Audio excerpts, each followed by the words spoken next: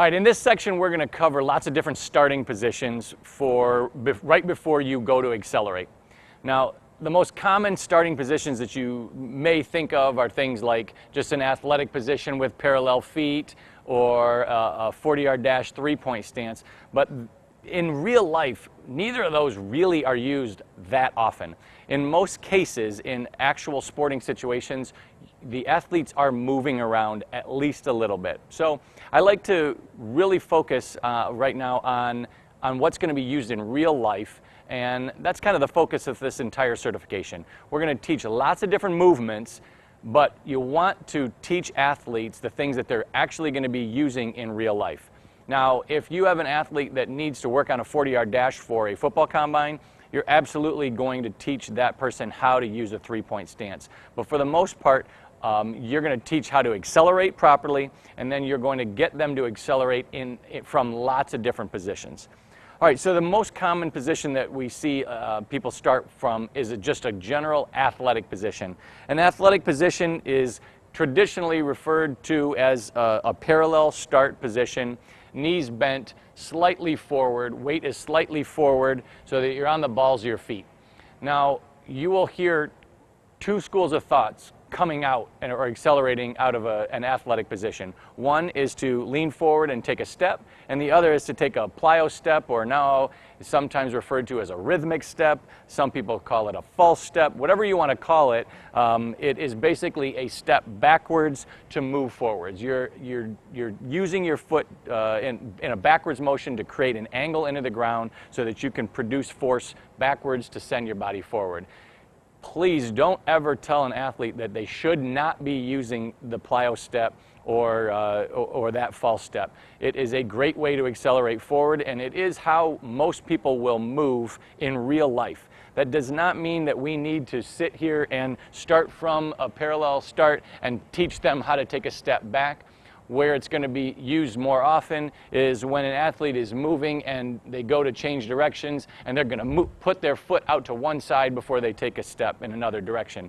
So the idea is to get them good at moving their feet and positioning them so that they can accelerate in the opposite direction. It's kind of the idea behind using ladders or agility ladders to use for quick feet.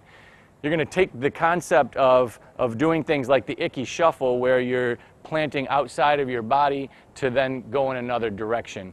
So we don't need to make it robotic and have them think about, oh, I need to start from two-point position and then take a step back and then go. Or we don't need to be here and then turn one direction and then go, because that stuff doesn't really work, or it's not used in real life nearly as much as reacting to something when an athlete is just used to putting their feet in different positions. So getting back to these positions, you're going to have the athletic position where you can start by either leaning forward and taking a step, or by punching backwards and then taking a step.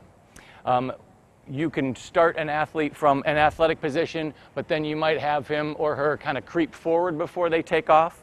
You can have them kind of hopping. They might hop backwards. They might hop side to side. They might move their feet, just kind of chopping their feet, and they chop their feet and then they take off.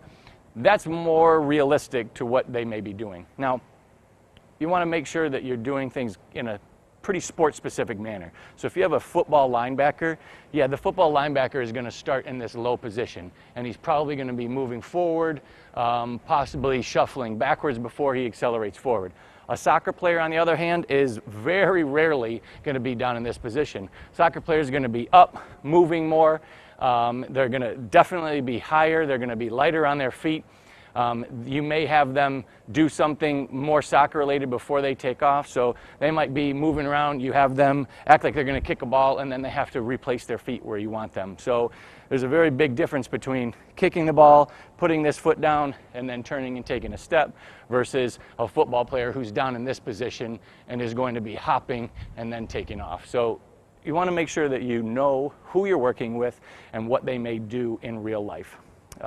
That brings up a base stealing start in both softball and in baseball, two very different type of movements.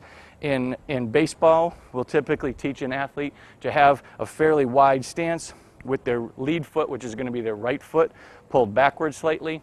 And then we like to teach having the left arm back so that they can get back to the base, and it's also going to serve to be to create some momentum when they take their first step with the lead leg. Is kind of a jab step that gets their legs and arms in sync, and then they can take off and accelerate.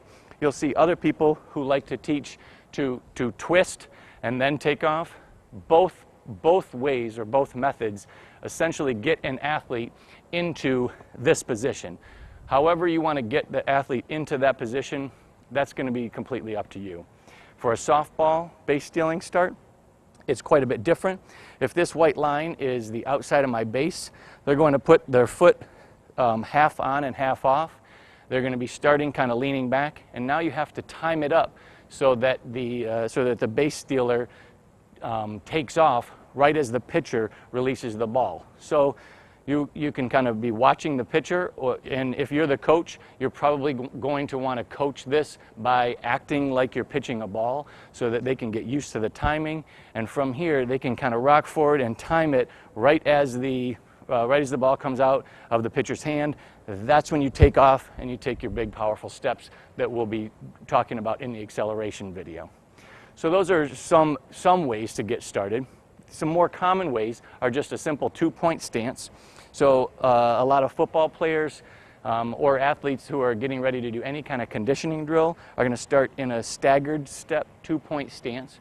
From this position, you generally want to have whichever foot is in front, you're going to have the opposite arm down and the other one back. So from this side, it's going to look like this. You want your weight relatively forward on this front foot, and the first step is going to require your back arm to rip through and your back leg to rip through and get you into your first step starting position.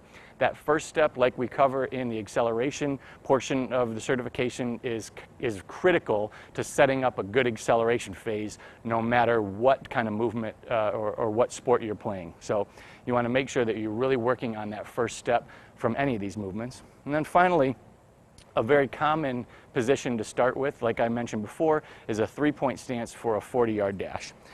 So for a 40-yard dash, we typically will coach an athlete to put whichever foot they would naturally kick a ball with. That's going to be their back foot, and the other foot is going to be the one that's in front. You're going to start, if here's our starting line and I'm going to use the back of the line, you'll typically start about a foot length from this white line. That's where the toe will be. So you pull it back so your toe is about a foot back from the line.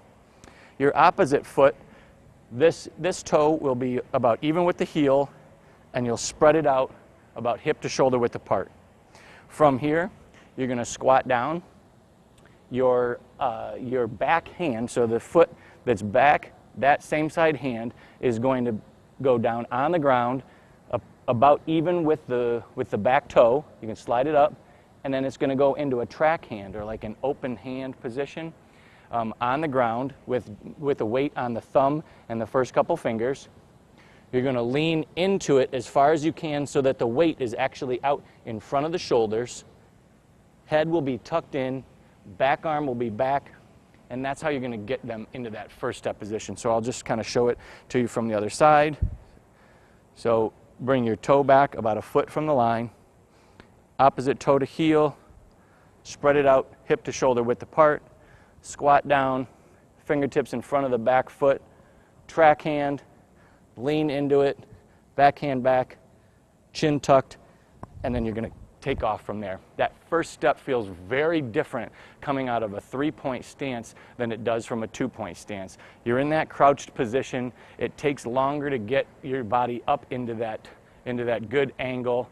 A lot of athletes have to learn how to essentially ride that first step, actually go somewhere with the first step instead of just putting the foot down, getting the hips through on the first step. So it's a very different feel coming out of a 3-point stance for a football combine or running a 40-yard dash than it is for other things. So if you have athletes who have to perform at a combine and run a 40-yard dash, I highly encourage you to train that as a separate skill because it is a very different acceleration pattern coming out of there as it is coming out of a 2-point stance. Just as it is for a track athlete to come out of blocks, you have to practice coming out of blocks versus just coming out, just accelerating from a standing position.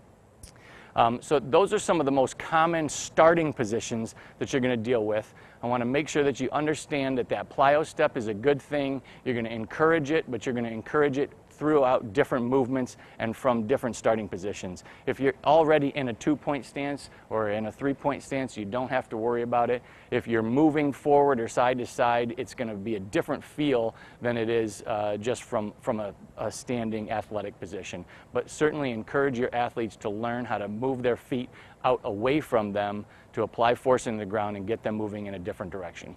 All right, so those are some of the basic starting positions for any sport, for any athletic movement that you're probably going to be working with, so that you understand how to get athletes started and then into their acceleration phase.